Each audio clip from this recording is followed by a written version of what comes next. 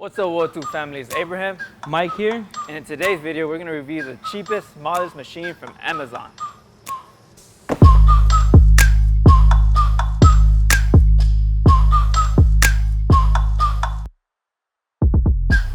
Mike, open it up. All right, let's see what this baby's all about. This thing is small, man. Yeah. I really don't have my hopes up with this machine. I feel like it's going to suck. I don't know. I never seen a 110 plug machine burn a 532 rod. So we'll see about that. Pull it out. So let's see. We got stinger, Ground. take on stinger and ground, and then Now hold the box down. Pull it out, pull it out. There you go. man, this machine is real tiny, very small.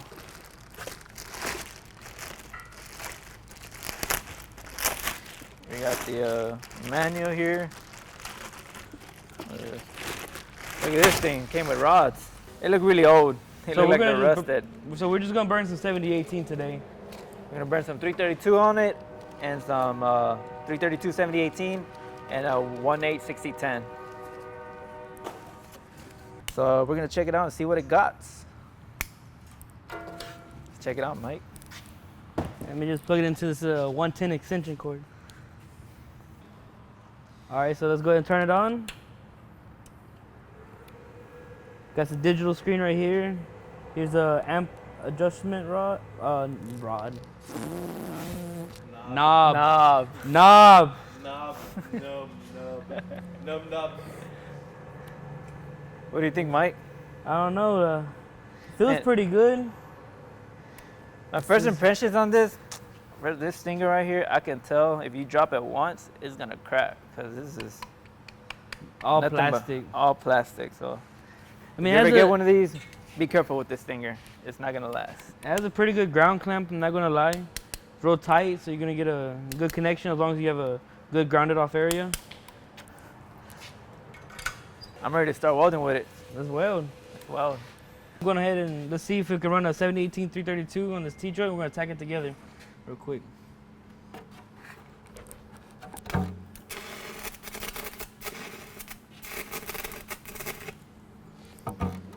Ooh. All right, so we just tried tacking it with the 7018, a little rough, but we're gonna try the rods it came with is a J422. So according to Google, the J422 rod is the Rutile calcium-based carbon steel welding electrode. It has excellent welding performance and mechanical properties that enable it to operate on AC or DC. You can perform in all welding positions. It ran smoother. And apparently it has a smooth weld bead and clean. It did run a lot smoother. Did it? Cool. Yeah, it was a lot smoother.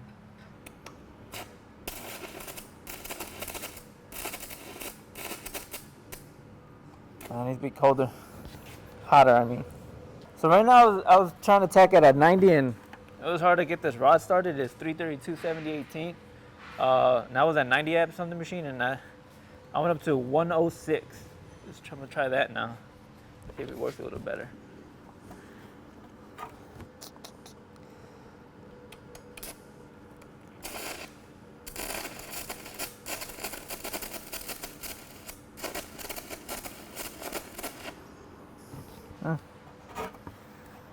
A little better, but I feel like you need to go hotter. You want to try reversing it? No, you're good on the polarities. But it's popping like it's reversed. Go to 115, 120. Let's try that 120. You want to run the first bead or I got it? You got the first bead. I got the first bead. All right. You got the get first them on the bead. spot. All right, so right now I'm gonna run my first bead with a 332 rod. I tried tacking it at 90 amps, but it felt way too cold on this machine. So I went ahead and turned it up to 120. And I'm gonna try to run my first bead with this machine.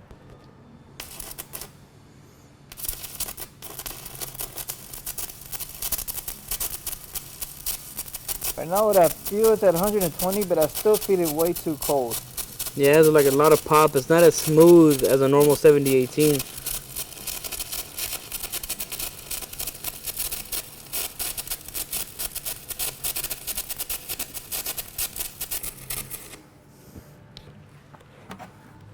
Yeah, that felt way too cold.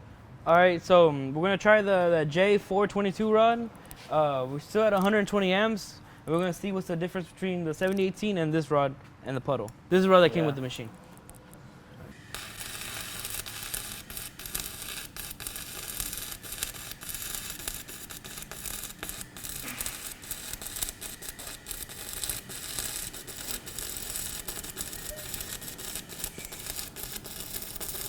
It still feels really, it feels really cold. But one of the reasons we're probably thinking it's probably this machine isn't meant to weld. I think thicker than a quarter plate. I don't think this machine can weld, or it can, but like I said, it's not gonna dissipate the heat properly. All right, guys. So we noticed that it felt really cold when I was running the 332 7018 rod on this 3/8 plate, and we think it's because this plate's is 3/8, and so we switched it up. We went ahead and cut a 1/8 angle iron over here, and we think it's gonna run smoother because it's thinner than this plate. So we're gonna give it a shot, see how it welds. So the reason why we went to a smaller piece of angle is because the heat, the way it dissipates between the thicker plate and the thinner plate. Thinner plate's gonna hold it more than a thicker plate. Yeah, this feels a lot better. It looks a lot better. The puddle's more following you now. Yeah, it's more stable also. And then I noticed on my first bead that I ran on my 3/8 plate, the rod wanted to turn off, and I hadn't had that problem here.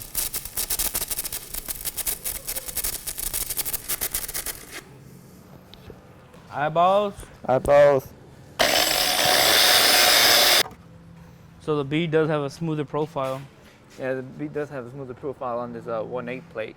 I'll go ahead and run the. So now we're gonna run that J422 on this plate to see the difference in how it runs. Cool. Apparently, we did some investigation on that rod right here, and it's pretty much the rod equivalent to it. It's the 6011 or 6013 is pretty equivalent to it. So we're gonna burn it on this at 120 amps, just like the other plate.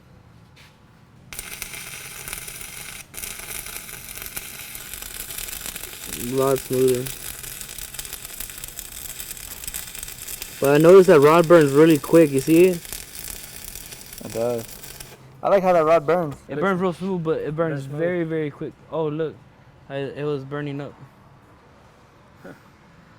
All right, so we got a 7018 332 one more time, but this time we're going to crank the machine all the way up, 143 amps.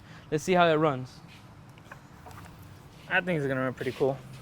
Yeah, I think it's going to run a lot better.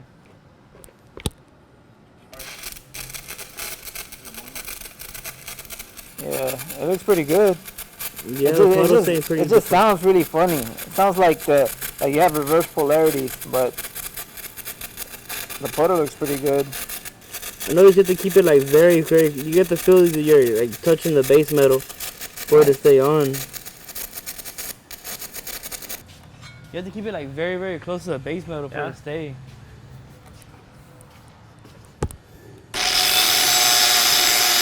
What do you think, Mike? Ran pretty good. It's real smooth. That's pretty good. So at 143 amps, that 7018 332 did spread out a little bit more. Got a little bit more smoother beat out of it. So now let's get back with Abraham on that 6010. Let's see if it runs 6010, y'all. All right, guys. So now I'm gonna roll with a 6010 1/8 rod.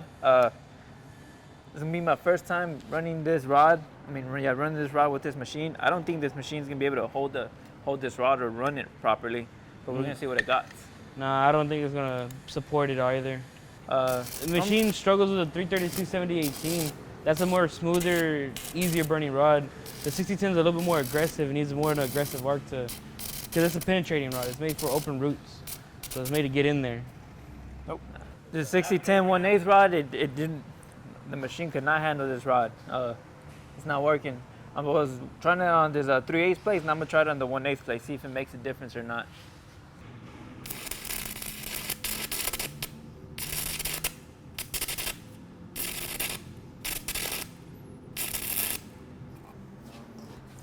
Nope. No 6010 for no this machine. 6010 1/8 rod for this machine. That kind of sucks because I know a lot of people that would want to run 6010 on their machines. And if you want to run 6010 1/8 rod, don't buy this machine.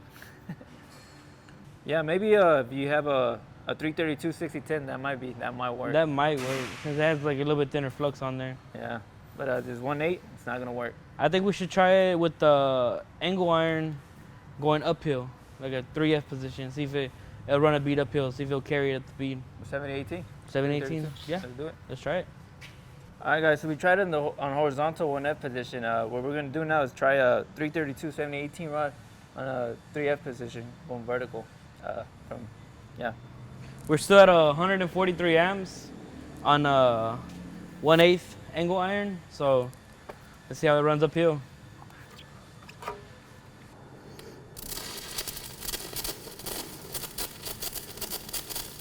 So it is running a pretty smooth uphill, not that bad.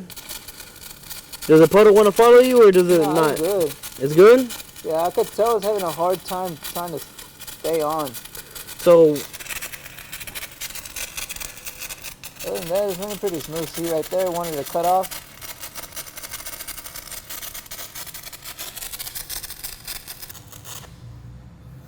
Not bad. It actually it felt really good.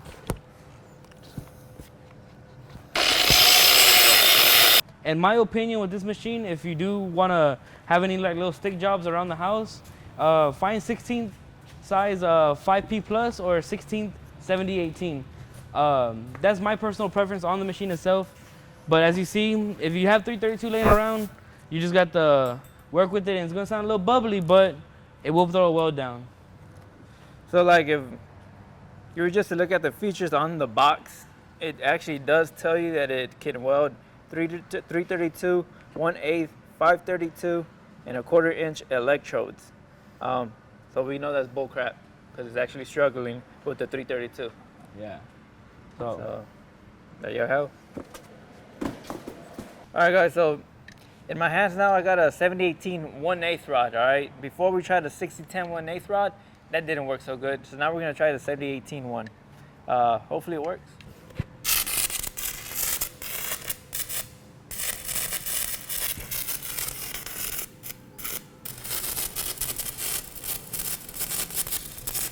And it barely has any power to it for it to turn on. I really struggle to strike my arc with it. It needs to be a little bit hotter for like a hotter start. Yeah. Yeah, I would not recommend this machine if you're gonna run 1/8 rod.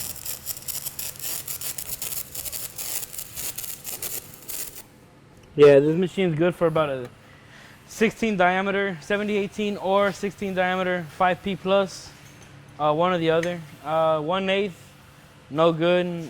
332 maybe if you crank it all the way up, but in my opinion, I would stick with the 16 inch diameter 7018 or 5P plus.